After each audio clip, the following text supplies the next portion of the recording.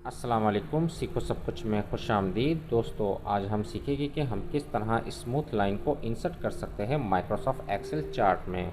तो दोस्तों, इस वक्त हमारे पास सेल्स रिपोर्ट दी हुई है जिसमें मंथ और सेल्स दी हुई है।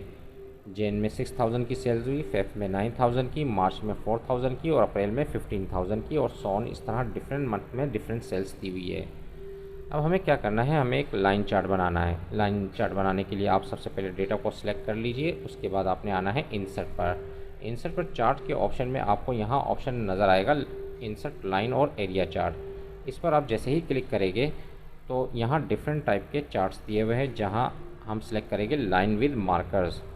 जैसे ही मैंने इस पर क्लिक किया तो जो एक लाइन चार्ट बन गया है मार्कर के साथ। अब हमें करना क्या है, अब हमें जो ये लाइन दी हुई है इसको स्मूथ बनाना है। इसके लिए आप कहीं भी चार्ट पर क्लिक करेंगे तो आप देखेंगे कि एक डायलॉग बॉक्स ओपन हो जाएगा फॉर्मेट चार्ट एरिया का। यहाँ से मैंने सेलेक्ट कर लिया लाइन को। यहाँ से मैंने जैसे ही लाइन को सिलेक्ट किया और नीचे की जानिब आता हूँ तो आप देखेंगे कि मुझे लास्ट में एक ऑप्शन मिलेगा स्मूथेड लाइन। इस पर आपने चेक लगाना है। जैसे ही मैं चेक लगाऊंगा तो आप देखेंगे कि ये जो लाइन थी वो स्मूथ हो गई।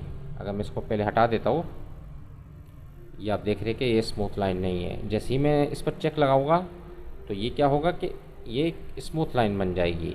तो दोस्तों, इस तरीके से आप लाइन चार्ट को स्मूथ कर सकते हैं माइक्रोसॉफ्ट एक्सेल में। तो दोस्तों, उम्मीद है कि वीडियो आपको बहुत पसंद आई होगी। लाइक और सब्सक्राइब करना मत भूलिएगा। दोस्तों, मेरे चैनल को सब्सक्राइब ज़रूर कीजिए ताकि कोई भी नई वीडियो आए तो उसका नोटिफिकेशन आपको मिलता रहे। Thanks for watching. अल्लाह हाफिज़।